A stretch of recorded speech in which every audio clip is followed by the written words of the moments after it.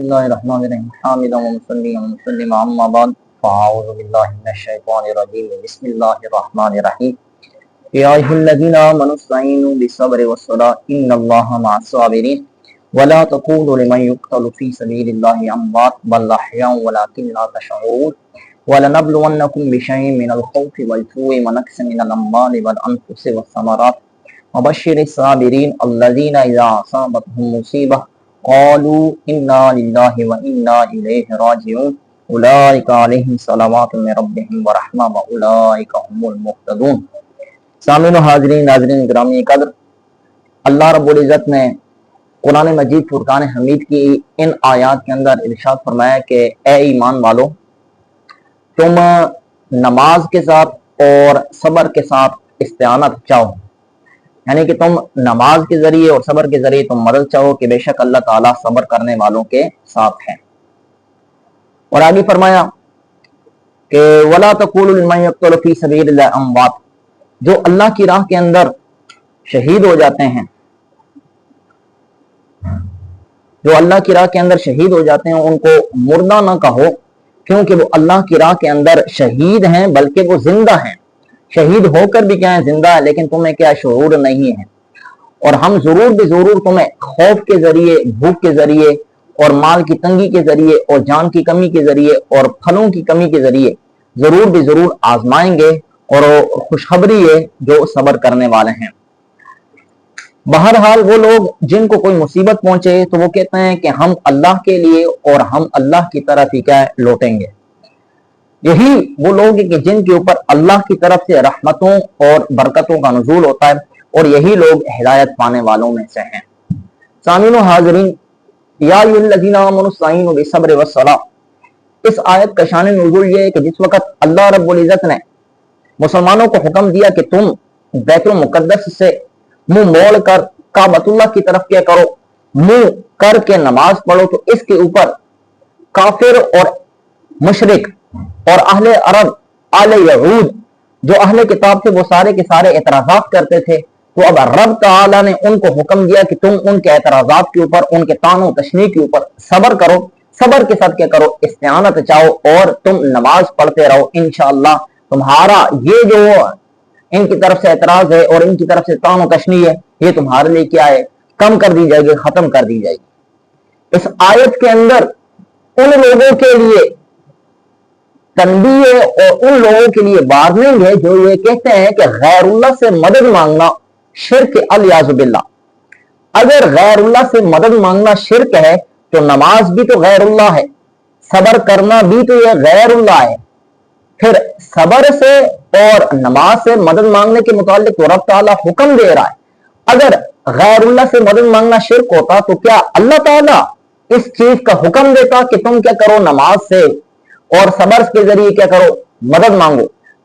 تو اس لیے جن لوگوں کا یہ نظریہ ہے کہ غیر اللہ سے مدد مانگنا کیا ہے؟ شرک ہے، وہ اس باطل نظریے کے اوپر کیا ہے؟ قائم ہے۔ اور ہم الحمدللہ اہل سنت والجماعت، ہمارا یہ نظریہ ہے کہ غیر اللہ سے مدد مانگنا یہ کوئی شرک نہیں ہے، بلکہ سنت الہیہ ہے اور سنت رسول ہے اور سنت محبوبان خداوندی کریم ہے۔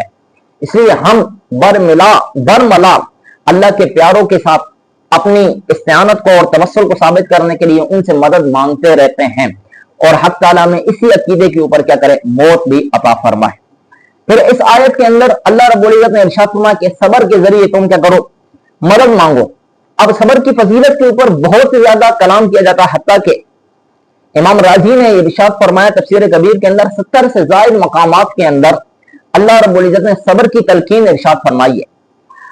اب صبر سے متعلق اور نماز کے سے متعلق ایک روایت آتی کہ حضرت عبد الرحمن بن عوف رضی اللہ تعالیٰ عنہ جو صحابی رسول ہے، ان کی بے ہوشی آ گئی۔ ان کو اتنی بے ہوشی آئی کہ لوگ جو آس پاس آپ کے کھڑے تھے انہوں نے یہ سمجھا کہ یہ بچنے والے نہیں ہیں، یہ فوت ہو گئے ہیں۔ انہوں نے آپ کے اوپر کیا ایک پردہ ڈال دیا، وہ سمجھ گئے کہ آپ کی موت کیا ہے، وقت قریب آ گیا، یہ کیا ہو جائیں گے؟ مر جائیں گے، ختم ہو جائیں گے۔ لیکن آپ کی بیوی ام کلثوم بنت عقبہ وہ نکل گئی مسجد کی طرف، اور انہوں نے یہ آیت پڑھی ہوئی تھی کہ ایمان والو، جب تمہارے اوپر کوئی مشکل وقت آ جائے تو نماز کے ذریعے اور صبر کے ذریعے تم کیا کرو؟ اللہ سے مدد مانگو۔ اب وہ مسجد کے اندر گئی اور وہاں جا کر सब्र भी किया और नमाज भी पढ़ी, कुछ देर ठहरे तो फिर हजरत अब्दुर्रहमान बिन औफ की जो बेहोशी थी वो बेहोशी खत्म हो गई, उनको अल्लाह रब्बुल इज्जत ने नई जिंदगी अता फरमा दी थी। इस रवायत से मालूम होता है कि जो बंदा सब्र करता है, नमाज के जरिए इस्तिआनत चाहता है, तो रब तआला उसके बिगड़े हुए काम क्या है बना देता है। लेकिन हमारे यहां इसका बिल्कुल उलट हो चुका है। हमारा कोई करीबी रिश्तेदार, वालिद, बेटा, माँ, बहन, भाई हमारा कोई फौत हो जाता तो हम उसके ऊपर आहुजारिया करना शुरू कर देते हैं, उसके ऊपर वावेला मचाना शुरू कर देते हैं, बैन मचाना शुरू कर देते हैं, उसके ऊपर अपने आप को जो गरेबान है चाक करना शुरू कर देते हैं। हत्ता के बाद अगर तो ऐसे होते हैं कि जो अपने मुंह के ऊपर और सर के ऊपर और माथे के ऊपर चमाट मारना शुरू कर देते हैं, जो कि शरीयत के बिल्कुल क्या मुखालिफ है। हदीस पाक है कि हुजूर अलैहिस्सलातु वस्सलाम ने फरमाया लैसा मिन्ना मन दरबल हुदूद व शक्कल जुयूबा व दआ बिदावल जाहिलिया। हुजूर ने फरमाया कि जो बंदा अपने दामनों को तोड़े, काटे और अपने सीनों को चाक करे और अपने मुंह के ऊपर चमाट लगाए और जाहिलियत की तरह काम करे तो वो हम में से नहीं, यानी कि शरीयत के साथ उसका कोई ताल्लुक नहीं। जो उम्मत मुहम्मदिया में से वो नहीं है, जो हुजूर अलैहिस्सलातु वस्सलाम ने पेश किया उसका कोई ताल्लुक उसके साथ नहीं है। इसलिए हमें अपने करीबी रिश्तेदार के फौत होने पर सब्र के साथ काम लेना चाहिए, ना कि आहुजारिया करके, उसके ऊपर वावेला करके, बल्कि रब तआला की क्या है नऊसत और अल्लाह ताला की तरफ से क्या है लानत को क्या है दावा और दावत देनी चाहिए। आगे अल्लाह रब्बुल इज्जत ने इरशाद फरमाया कि यही सब्र के मुताल्लिक हदीस पाक है कि अस्सब्रु निस्फुल ईमान, सब्र ईमान का आधा हिस्सा है। दूसरी रिवायत आती है कि मिन अफसल मा ऊतीतुमुल यकीना व अज़ीमत सब्र व मन ऊतिया हज़्ज़हु मिनहुमा लम युबाल मा फातहु मिन क़ियामिल लैल व सियामिन नहार। हुजूर अलैहिस्सलातु वस्सलाम ने इरशाद फरमाया कि जो तुम्हें बड़ी उम्दा किस्म की चीजें दी गई उनमें से एक यकीन है कि तुम्हें क्या किसी चीज के ऊपर ईमान और यकीन हासिल हो जाए, और दूसरा है सब्र करना। और फरमाया कि जिस बंदे को ये दो चीजें हासिल हो गई हैं तो फिर वो रात को इबादत न करे, दिन को नफली वो रोजे ना भी रखे, तो गोया कि उसके लिए क्या बहुत उम्दा किस्म की चीजें उसको मिल चुकी हैं। आगे अल्लाह रब्बुल इज्जत ने फरमाया वला तक़ूलू लिमन युक़्तलु फी सबीलिल्लाहि अमवात, जो अल्लाह की राह के अंदर शहीद हो जाए तो उनको मुर्दा मत कहो। इस आयत का शान नुज़ूल यह है कि ग़ज़वा बद्र के अंदर मुहाजिरीन में से 6 हज़रात और अंसार में से 8 हज़रात शहीद हो गए। मुहाजिरीन में से उबैदा बिन हारिस बिन अब्दुल मुत्तलिब, अमर बिन अबू वकास, ज़ुश्शमालैन, अमर बिन नुफैला, आमिर बिन बकर, लिह बिन अब्दुल्ला, ये हजरात मुहाजिरीन में से और अंसार में से सईद बिन खैसमा, किस बिन अब्दुल मुंजिर, ज़ैद बिन हारिस, तमीम बिन हमाम, राफे बिन मुअल्ला, हारसा बिन सुराका, मुअव्विज़ बिन अफरा, औफ बिन अफरा, ये हजरात शहीद हो गए। अब ये टोटल 14 अफराद थे, 14 हजरात थे जो ग़ज़वा बद्र के अंदर शहीद हुए। अब इन शुहदा को देखकर आले यहूद और कुफार हजरात ये कहते कि देखो कितने बड़े ये बेवकूफ है कि इन्होंने अपनी जान को मोहम्मद मुस्तफा की खातिर क्या कर दिया, जाया कर दिया है। इनको दुनिया से क्या मोहब्बत नहीं थी, इनको आखिरत के अंदर कुछ भी नहीं मिलेगा। अब रब तआला ने इरशाद फरमाया कि तुम जो ये कह रहे हो कि इन्होंने मोहम्मद की खातिर दुनिया को क्या कर दिया, जाया कर दिया, जान को जाया कर दिया। फरमाया कि ये दुनिया के अंदर मुर्दा है तुम्हारी नजर के अंदर, लेकिन हकीकत के अंदर ये मुर्दा नहीं है, ये हमारे पास आ गए और ये हमारे पास क्या है, जिंदा है। इसलिए फरमाया कि शहीद जो होता है, जो अल्लाह की राह के अंदर अपनी जान को पेश करने वाला होता है, वो हकीकत के अंदर मुर्दा नहीं होता बल्कि वो क्या होता है, जिंदा होता है। इसीलिए रब तआला ने फरमाया वला तक़ूलू लिमन युक़्तलु फी सबीलिल्लाहि अमवात, जो अल्लाह की राह के अंदर मर जाए तुम उनको मुर्दा ना कहो, बल अहया, बल्कि वो क्या है, जिंदा, वलाकिन ला तशऊरून, लेकिन तुम क्या शऊर नहीं रखते हो। और दूसरे मकाम के अंदर इरशाद फरमाया बल अहयाउन इंदा रब्बिहिम युरज़क़ून, बल्कि वो रब के यहां क्या है, जिंदा, और उधर ही उनको क्या रिस्क भी पहुंचता रहता है और रिस्क भी क्या है, मिलता रहता है। अब यहां पर इरशाद फरमाया गया कि क्या शहीद जिंदा है। अब मसला यहां पर यह है कि आया शहीद की जो हयात है यह रूहानी है या जिस्मानी है, इसके अंदर बहुत बड़ा इख्तिलाफ है। متعدد اقوال ملتے ہیں. پہلا قول جو ہے وہ یہ ہے کہ شہید کی جو حیات ہے وہ روح مال جسد ہے, یعنی کہ روحانی بھی ہے اور جسمانی بھی ہے, لیکن ہم اس کا ادراک نہیں کر سکتے, ہم اس کے بارے میں شعور نہیں رکھتے, اس لیے فرمایا وَلَٰكِن لَا تَشْعُرُونَ, لیکن تم شعور نہیں ہو, تمہیں شعور نہیں ہے. اس کے اوپر دلیل کیا ہے کہ یہ جسمانی اور روحانی دونوں کیا ہے, شہید کی حیات ہے. فرمایا عِندَ رَبِّهِمْ يُرْزَقُونَ, کہ اللہ کے ان کو رزق دیا جاتا ہے, اور رزق دیا جانا یہ جسم کا خاصہ ہے, روح کا خاصہ کوئی نہیں ہے. دوسری بات یہ ہے کہ اگر شہید کی حیات صرف اور صرف روحانی ہوتی, جسمانی نہ ہوتی, تو اس کے اندر تو شہید کی کوئی فضیلت ہے ہی نہیں. روحانی جو حیات ہے یہ تو کیا ہر کسی کو مل سکتی ہے. پھر شہید کو یہ رب تعالیٰ نے جو مقام فرمایا وَلَا تَقُولُوا لِمَن يَقْتُلُ فِي سَبِيلِ اللَّهِ أَمْوَاتٌ بَلْ أَحْيَاءٌ, اس قول کا کوئی فائدہ نظر نہیں آ رہا, اس لیے فرمایا کہ شہید کی جو حیات ہے وہ روحانی بھی ہے اور جسمانی بھی ہے. دوسرا قول اس کے بارے میں یہ ہے کہ شہید کی جو حیات ہے وہ روحانی ہے. اس کے قائل امام حسن بصری ہیں, وہ فرماتے ہیں کہ شہید کی جو حیات ہے وہ روحانی ہے.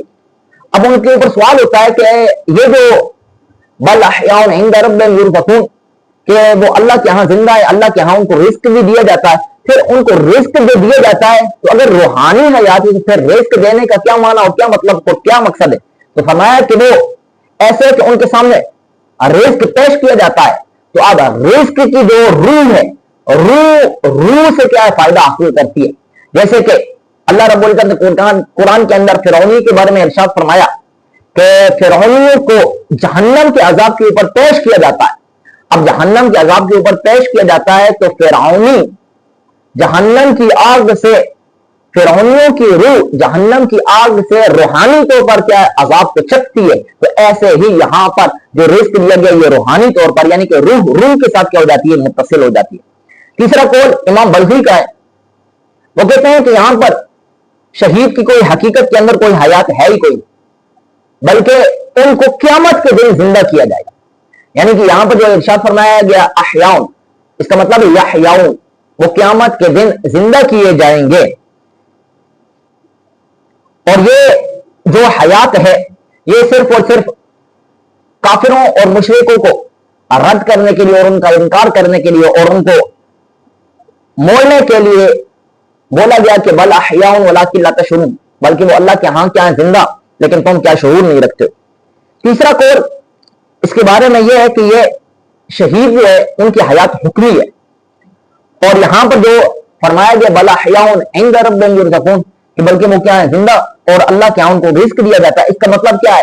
اس کا مطلب یہ ہے کہ ان کا ذکر جمیل کیا جاتا ہے اور ثناء حسن کی جاتی ہے. وہ اللہ کے ہاں ان کی کیا ذکر جمیل, فرشتے ان کا کیا کرتے ہیں, اچھا ذکر کرتے ہیں اور اچھی ان کی کیا کرتے ہیں, تعریف کرتے ہیں. اس وجہ سے فرمایا گیا بل احیاء عند ربہم یرزقون. لیکن علامہ علوسی رحمہ اللہ تعالیٰ نے کہا کہ یہ جتنے بھی اقوال ہیں ان میں سے صرف پہلے دو ہی جو اقوال ہیں وہ کیا عمدہ قسم کے قول ہیں. دوسرا قول امام حسن بصری کا ہے, اس کے اندر بھی کسی قسم کا کیا ذوق ہے. پہلا قول کیا عمدہ, اور وہ حضرت عبداللہ بن عباس, حضرت قتادہ, حضرت مجاہد, عمر بن عبید, واصل بن عطا اور کثیر مفسرین حضرات کا ہے کہ اللہ رب العزت نے جو ان کو حیات دی ہے شہید کی, وہ شہید کی جو حیات ہے وہ روحانی مع جسمانی ہے, جسمانی بھی ہے اور روحانی بھی ہے, کیونکہ حق تعالی اس بات پر وہ قادر ہے کہ وہ کیا کر سکتا ہے, جسم کو کیا کر دے, ان کے لوٹا دے.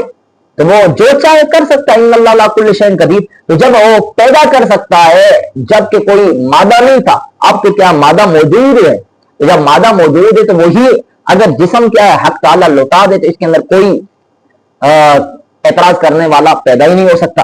پھر یہاں پر مسئلہ یہ ہے کہ جو شہید کی جو حیات ہے آیا یہ اسی کے جسم کے اندر ہوگی جس ثابت جسم کے اندر وہ فوت ہوا ہے, یا کسی اور جسم کے اندر ہوگی, کیونکہ اور جسموں کے اندر بھی حیات کا ہونا احادیث سے ثابت ہے. جس طرح کہ مصنف عبد الرزاق کے اندر آیا روایت ہے کہ ان ارواح الشہداء فی صفدۃ طیر خضر معلقۃ فی قنادیل الجنۃ حتی یرجع اللہ یوم القیامہ. فرمایا کہ شہداء کی روحیں جو ہیں وہ سبز قسم کے پرندوں کے اندر جنت کی کنڈیروں کے اندر لٹکی ہوئی ہوں گی, اور اللہ تعالیٰ ان کو قیامت کے دن کیا کر دے گا, اپنے جسموں کے اندر لوٹا دے گا. दूसरी रिवायत के अंदर आता है कि हुजूर अलैहिस्सलातु वस्सलाम फरमाया इन अरवाह शुहदा फी अजवाफ तैर खुज़र तुअल्लक़ु मिन समरिल जन्नह औ शजरिल जन्नह। फरमाया कि शुहदा की जो रूहें हैं वो सब किस्म के परिंदों के जिस्मों के अंदर क्या लटकी हुई हैं, जन्नत के फलों के साथ या जन्नत के दरख्तों के साथ। तीसरी रिवायत के अंदर आता है कि इन अरवाह शुहदा इंदल्लाह फी हवासिर त्यूर खिज़र खुज़र तसरहु फी अनारिल जन्नत हैसु शात सुम्मा ताबीरा कनीर इला कनादीरा तख्तल अर्श। हुजूर ने फरमाया कि शुहदा की जो रूहें हैं वो अल्लाह के यहाँ सब किस्म के परिंदों के जिस्मों के अंदर, उनके काल्बों के अंदर, और वो जन्नत की नहरों के अंदर जहां चाहते हैं सैराब होते रहते हैं, फिर तर अर्श के नीचे किंडीरों के अंदर वो आकर लटक जाते हैं। अब इन रिवायात से ये साबित होता है कि शहीद का जो हकीकी जिस्म था उस जिस्म के अंदर रूह नहीं आती, बल्कि सब किस्म के परिंदों के अंदर आ जाती है। इसलिए बाद हज़रात ने यह इरशाद फरमाया कि मुमकिन है कि ये जो सब किस्म के परिंदों के अंदर है, इससे मुराद ये है कि उनकी जो रूह है वो सूरतन उनके अंदर हो, हकीकतन उन जिस्मों के अंदर ना हो। यहां पर एक इश्काल किया जाता है कि जो काफिर हैं, अहले दलाल गुमराह हैं, वो तमासुख का जो नजरिया वो पेश करते हैं, जिस तरह के हिंदू हजरात वो कहते हैं कि बंदा जब मर जाएगा तो उसका दूसरा जन्म होगा। अब दूसरे जन्म के अंदर वो जब पैदा होगा तो वो कोई अच्छा हुआ तो बकरी की सूरत के अंदर आएगा, कबूतर की शक्ल के अंदर आएगा, तोते की शक्ल के अंदर आएगा, और अगर वो बुरा हुआ तो कुत्ते खंजीर की शक्ल के अंदर आएगा। तो यहां पर वो इस रिवायत की वजह से वो कहते हैं कि तमासुख क्या साबित है, लेकिन हम कहते हैं कि यहां पर तमासुख क्या साबित नहीं है। इसलिए कि रब तआला ने इरशाद फरमाया है कि अल्लाह रब्बुल इज्जत ने जो शहीद की जो रूहों को सब किस्म के परिंदों के जिस्मों के अंदर दाखिल किया, क़यामत के दिन उनको क्या करेगा, लौटाएगा। हालांकि वो क़यामत के दिन का ही इनकार करते हैं और वो माद जिस्मानी का हशर नशर का ही वो क्या कर रहे होते हैं, इनकार कर रहे होते हैं। और अगर ये माना मुराद लिया जाए कि मुमकिन है कि दूसरे जिस्म के अंदर क्या है, लौटाएगा, जिस तरह के वो कहते हैं कि दूसरे जिस्म के अंदर जन्म होगा, अगर ये एतबार किया जाए कि दूसरे जिस्म के अंदर होगा तो फिर भी हम कहते हैं कि वो बिल्कुल तौर पर हशर नशर का इनकार करते हैं, क़यामत के दिन का ही इनकार करते हैं। हम तो क्या इस बात को मानते हैं कि हशर नशर होगा। तो जब हशर नशर का इनकार नहीं है, हमारा इकरार है, तो अब रब तआला उनको किसी भी जिस्म के अंदर लेकर आ जाए तो हम इसके क्या है, मुनकिर नहीं है। आगे अल्लाह रब्बुल इज्जत ने इरशाद फरमाया वलनबलुवन्नकुम बिशैइन मिनल खौफि वल जूइ व नक्सिन मिनल अम्वाल, कि रब तआला ने इरशाद फरमाया कि हम तुम्हें इन छोटी छोटी चीजों के जरिए तुम्हें आजमाएंगे। इमाम शाफी रहमतुल्लाह तआला से मंकूल है कि रब तआला ने जो इरशाद फरमाया कि मिनल खौफ, खौफ से हम तुम्हें आजमाएंगे, इससे मुराद है कि अल्लाह का खौफ, और जो फरमाया जू, इससे मुराद है रमजान के रोजों के जरिए हम तुम्हें आजमाएंगे, और फरमाया नक्स मिनल अम्वाल, इससे मुराद है ज़कात और सदकात, और अनफुस से मुराद है अमराज और बीमारियां, और समारात से मुराद है कि औलाद की जो मौत तुम्हारे अंदर जो है ना बाकी होगी, हम तुम्हें इसके जरिए क्या किए जाएंगे, तुम्हें क्या करेंगे, आजमाएंगे। आगे अल्लाह रब्बुल इज्जत ने इरशाद फरमाया अल्लज़ीना इज़ा असाबतहुम मुसीबा, फरमाया कि जिनको कोई मुसीबत पहुंचती है, जिनको कोई तकलीफ पहुंचती है, वो क्या कहते हैं, इन्ना लिल्लाहि व इन्ना इलैहि राजिऊन, यानी कि कलमा इस्तिरजा पढ़ते हैं। पहले ये याद रखिए कि कलमा इस्तिरजा, ये इन्ना लिल्लाहि व इन्ना इलैहि राजिऊन, ये सिर्फ और सिर्फ उम्मत मुहम्मदिया की क्या है, फजीलत है, उम्मत मुहम्मदिया की खुसूसियत है, और किसी भी उम्मत को ये वाला कलमा अता नहीं किया गया, बल्कि उम्मत मुहम्मदिया को ही अता किया गया है। और रिवायत के अंदर आता है कि हुजूर अलैहिस्सलातु वस्सलाम ने इरशाद फरमाया मा मिन मुस्लिमिन युसाबु बिमुसीबतिन फयज़कुरु व इन ताला अहदुहा फयुहद्दिसु लिज़ालिका इस्तिरजान इल्ला जद्ददल्लाहु लहु इंद ज़ालिका फअताहु मिस्ल अजरिहा यौम मुसीब। फरमाया किसी मुसलमान को एक मुसीबत पहुंची, अब वो पुराने जमाने के अंदर कोई मुसीबत पहुंची थी, आज उसको याद करके इन्ना लिल्लाहि व इन्ना इलैहि राजिऊन कहता है, तो अल्लाह ताला आज के दिन गोया कि उसको ये मुसीबत पहुंची है, और आज के दिन उसको क्या है, वही अजर, वही जजा जो उसको पहले दिन के अंदर इस तकलीफ की वजह से पहुंची थी, वही आज भी मिल रही है, दोबारा भी मिल रही है। ऐसी दूसरी रिवायत के अंदर आता है कि रसूलुल्लाह सल्लल्लाहु अलैहि वसल्लम ने इरशाद फरमाया इज़ा माता वलदुल अब्द क़ाल अल्लाहु लिमलाइकती कबज़्तुम वलद अब्दी फयक़ूलूना नअम फयक़ूलु कबज़्तुम समरत फवादी फयक़ूलूना नअम फयक़ूलु माज़ा क़ाल अब्दी फयक़ूलूना हम्मदका वस्तरजअ फयक़ूलुल्लाहु इब्नु लिअब्दी बैतन फिल जन्नति वसम्मुहु बैतल हम्द। फरमाया कि जिस वक्त किसी बंदे का कोई बेटा, उसकी औलाद फौत हो जाती है तो रब ताला फरिश्तों से पूछता है, क्या तुमने मेरे बंदे के बच्चे को कब्ज कर लिया, यानी कि उसकी रूह को क्या कर लिया, कब्ज कर लिया। रिश्ते कहते हैं हाँ मेरे मालिक, हमने कब्ज कर दिया। फिर रब ताला फरमाता है क्या मेरे बंदे के दिल के टुकड़े को तुमने क्या कर दिया, कब्ज कर दिया। तो फरिश्ते कहते हैं हाँ ऐसा ही है। फिर रब ताला इरशाद फरमाता है कि मेरा बंदा क्या कह रहा था इस बात के ऊपर। फरिश्ते कहते हैं कि उसने तेरी हम्द की, तेरी तारीफ की और इन्ना लिल्लाहि व इन्ना इलैहि राजिऊन पढ़ा। तो रब ताला फरमाता है कि बना दो मेरे बंदे के लिए एक घर जन्नत के अंदर, यानी कि जन्नत के अंदर एक घर तामीर करो और उसका नाम रखो बैतुल हम्द। दूसरी रिवायत के अंदर आता है कि हुजूर ने फरमाया मा यज़ारुल मुमिनु युसाबु फी वलदिही व हामतिही हत्ता यल्क़ल्लाह व लैसत लहू खतियतुन। फरमाया कि जिस बंदे के ऊपर मुसीबत आए, हत्ता के उसके बच्चे के ऊपर या उसके घर वालों के ऊपर कोई भी मुसीबत आए, अब मुसीबत आने की वजह से उसके गुनाहों को क्या किया जाता है, इजाला किया जाता है। गुनाहों के इजाला करने की वजह से फरमाया कि वो जब फौत होता है तो इन मसाइब की वजह से इसके गुनाह क्या है, जायल होते रहते हैं। तो अल्लाह ताला के साथ इस हाल के अंदर वो मुलाकात करता है कि उसके ऊपर कोई गुनाह नहीं होता। अल्लामा आलूसी रहमतुल्लाह ताला ने लिखा कि बंदे को छोटी सी भी मुसीबत पहुंचे, हत्ता कि उसके जूते का तस्मा टूट जाए या चराग बुझ जाए, अब ये जो छोटी छोटी चीजें हैं इसके ऊपर भी, हत्ता के कांटा भी चुभे तो इसके ऊपर बंदे को जो तकलीफ होती है, तो अब इस तकलीफ की वजह से भी उसके गुनाहों को क्या है, जायल किया जाता है। वो चीजें भी गुनाहों के लिए कफारा बनते हैं और गुनाहों के जवाल का सबब बनते हैं। हक ताला से दुआ है कि हक ताला में सही मानों के अंदर समझ अता फरमाए।